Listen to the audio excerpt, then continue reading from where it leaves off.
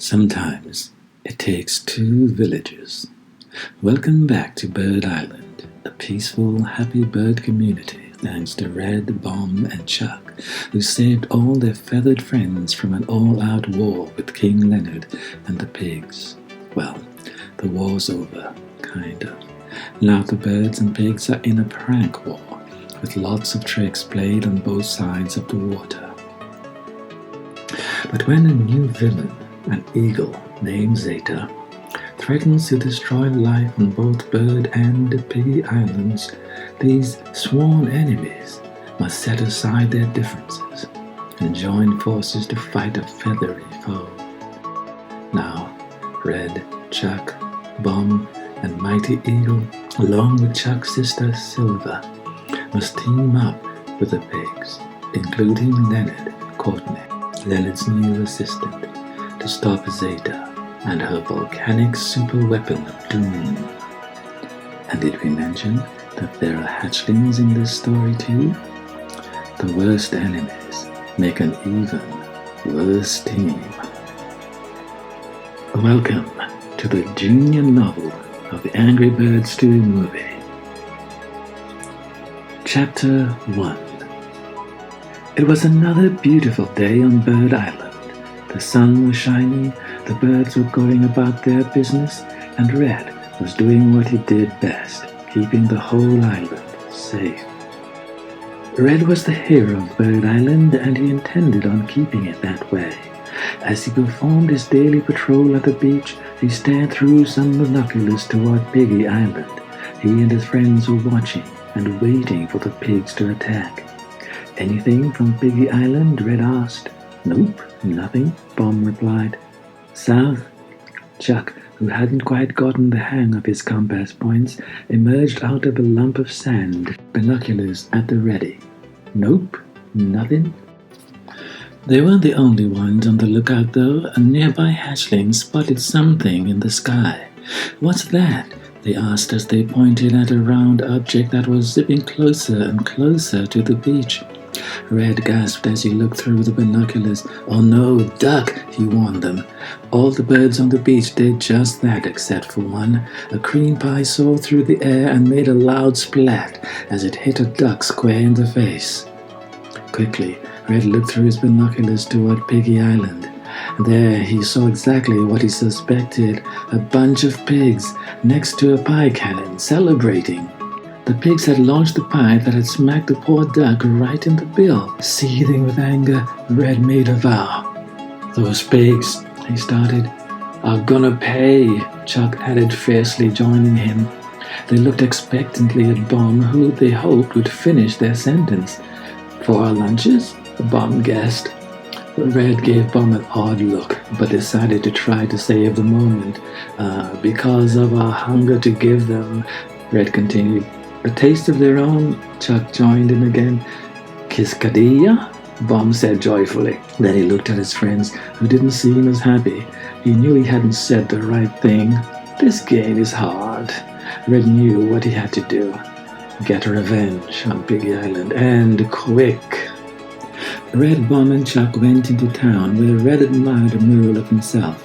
Alex the painter had done a great job of making Red look very heroic, just the way he looked on the day he had saved Bird Island from being invaded by the pigs.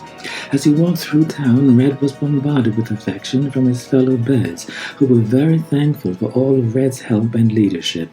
"We love you," one bird called out. "Thanks for everything," another said as they passed by. Red stood tall. He was proud of himself for doing so much good for his town. Red stepped into the front of the slingshot line. "Sorry, guys, taking over the blue line. Official business," he explained. The other birds in line understood. They were happy Red was taking care of them. "Hey, Red," Alex shouted out to him.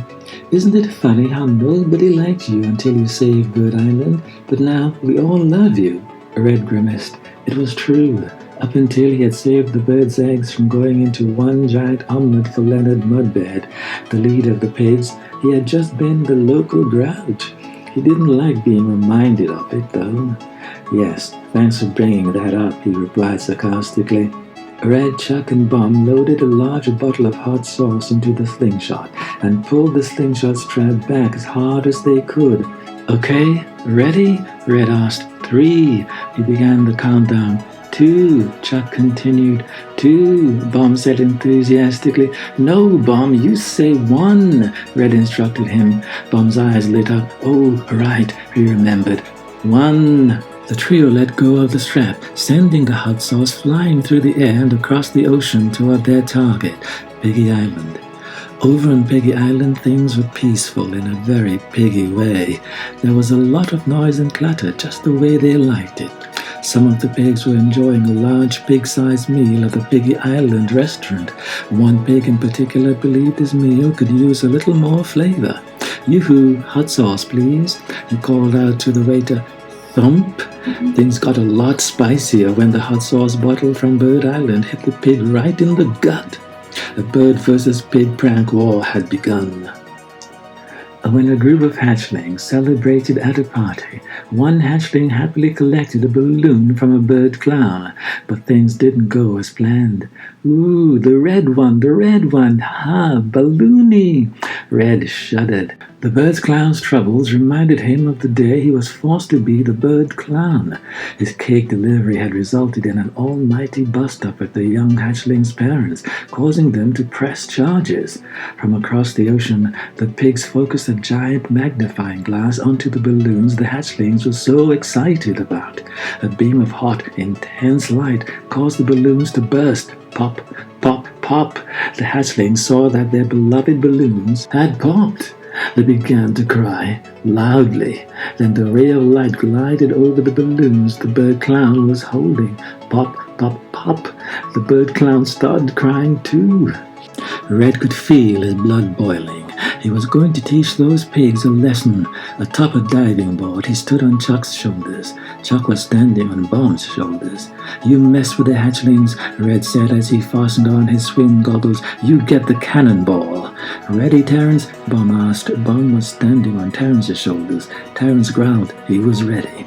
With much of Bird Island watching and cheering them on, the 4 birds jumped into the ocean with a giant splosh. Their impact, mostly Terrence's, on the water caused a giant wave to form. The wave rolled across the ocean toward Piggy Island and smacked into it, soaking everything and everyone. The birds were able to relax again. Many returned to playing and sunbathing as they normally would, until several big shadows blocked the sun. It was Leonard in a piggy blimp.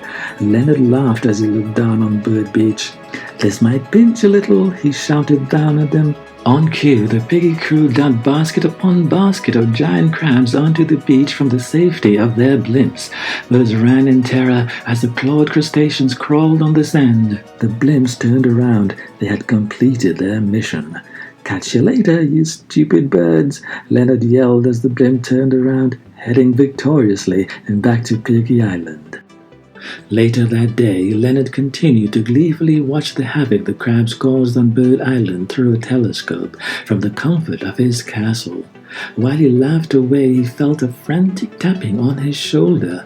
One of Leonard's assistants was trying to get his attention and was pointing in the opposite direction of Bird Island. Curious, Leonard turned his telescope in the direction his assistant was pointing. "That's not coming from Bird Island," Leonard said. Leonard could see something flying in the air, something coming toward Piggy Island. It looked like a chunk of ice, but had a rounder shape to it. Quickly, it hurtled into Piggy Island beach, causing an explosion of sand and ice. Instantly, everything surrounding the impact zone was frozen solid. "What the heck is that? And where did it come from?" Leonard looked on, horrified. Frantically searching through his telescope lens, Leonard's gaze rested on something in the distance that he had never seen before. A mysterious, icy island in the distance. A volcano, belching a large plume of steam, sat atop it. End of Chapter 1.